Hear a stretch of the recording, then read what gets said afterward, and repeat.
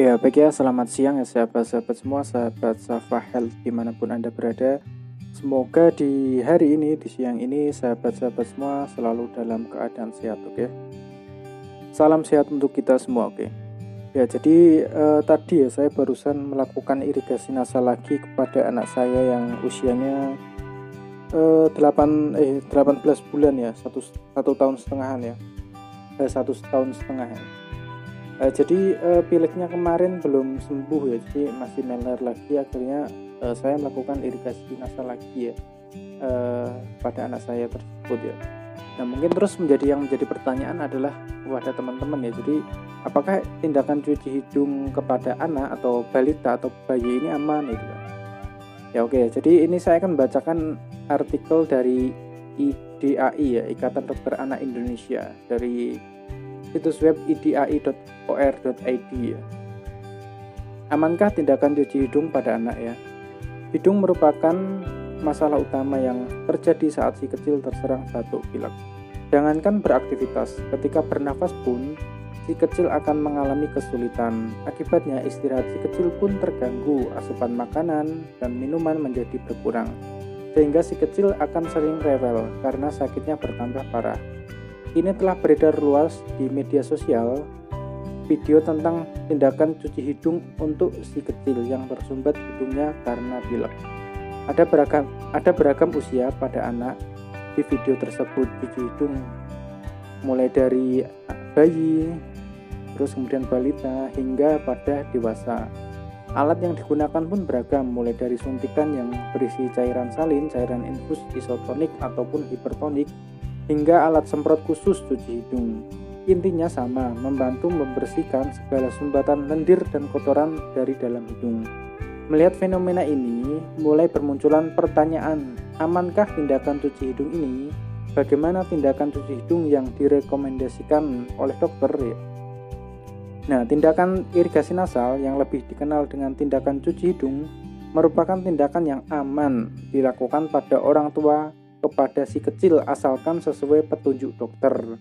Awalnya tindakan ini direkomendasikan oleh dokter telinga hidung tenggorok THT atau dokter anak kepada pasien-pasien dengan keluhan hidung tersumbat seperti salesma, rhinosinusitis akut, sinusitis, rinitis alergi, dan rhinosinusitis kronik. Tindakan dilakukan dengan menyemprotkan cairan steril, biasanya cairan infus, dengan alat penyemprot khusus atau alat suntik ke dalam salah satu lubang hidung, kemudian akan diikuti mengalirnya air bekas cucian dari lubang hidung yang berlawanan. Terlihat menarik, mudah dilakukan dan praktis untuk mengatasi hidung tersumbat ya. Ya, ini penulisnya adalah Dr. Dimas Dwi Saputro SPA dan reviewernya adalah Dr. Darmawan Budi Setianto SPA. Oke. Ya, ini ya. Jadi tadi saya melakukan irigasi nasal kepada anak saya menggunakan garam cuci hidung ya dari Nasal Wastor.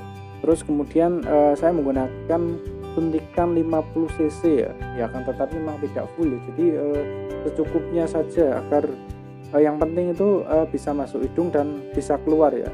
Tapi akan saran saya kalau misalkan kita melakukan cuci hidung kepada anak ya, anak balita ya, pokoknya jangan terlalu sedikit ya. Jadi minimal itu 10 sampai 20 cc itu. Karena kalau misalkan terlalu sedikit tuh airnya malah tidak keluar ya, malah terperangkap di dalam gitu kan. Jadi ya kenapa juga kalau misalkan saya merekomendasikan untuk orang dewasa itu minimal 500 cc ya. Kenapa? Agar jadi cairannya itu pada saat disemprotkan itu nanti bisa keluar gitu kan. Karena air itu tidak akan langsung keluar. Jadi ketika disemprot ke hidung kiri tidak akan langsung keluar dari lubang hidung kanan gitu kan ya. Tapi akan mengalir dulu ke dalam rongga sinusnya ya. Jadi masuk lubang hidung, mengalir di rongga sinus baru akan keluar. Jadi ada perjalanannya, jadi tidak langsung. Oleh karena itu ya gunakan air yang cukup ya agar bisa mengalir sempurna itu ya. Ya memang agak ngeri juga sih untuk melakukan cuci hidung kepada anak kecil gitu kan ya. Ya kan, tetapi ya memang ini aman gitu kan ya. Silakan teman-teman belajar ya bagaimana cara melakukan cuci hidung pada anak. Kalau misalkan anak teman-teman ya si buah hati teman-teman mengalami keluhan pilek atau hidung tersumbat ya. Nah terus kemudian yang paling utama itu kan ya, pokoknya ya jaga anak kita, sebuah hati kita itu jangan sampai mainan hal-hal yang bisa menimbulkan pilek ya, seperti mainan bedak ataupun debu dan lain-lainnya. Ya pokoknya kalau untuk anak kecil kan biasanya sering bedak itu ya. Jadi sering atau senang ya mainan bedak ya. Pokoknya hindari ya hal-hal yang bisa memicu pilek. Kemudian ya hindari juga untuk mengkonsumsi es krim berlebihan, karena sekarang cuacanya kan cuaca dingin dan banyak sekali anak-anak itu yang sakit gitu ya. Ya pokoknya tetap sehat untuk kita semua.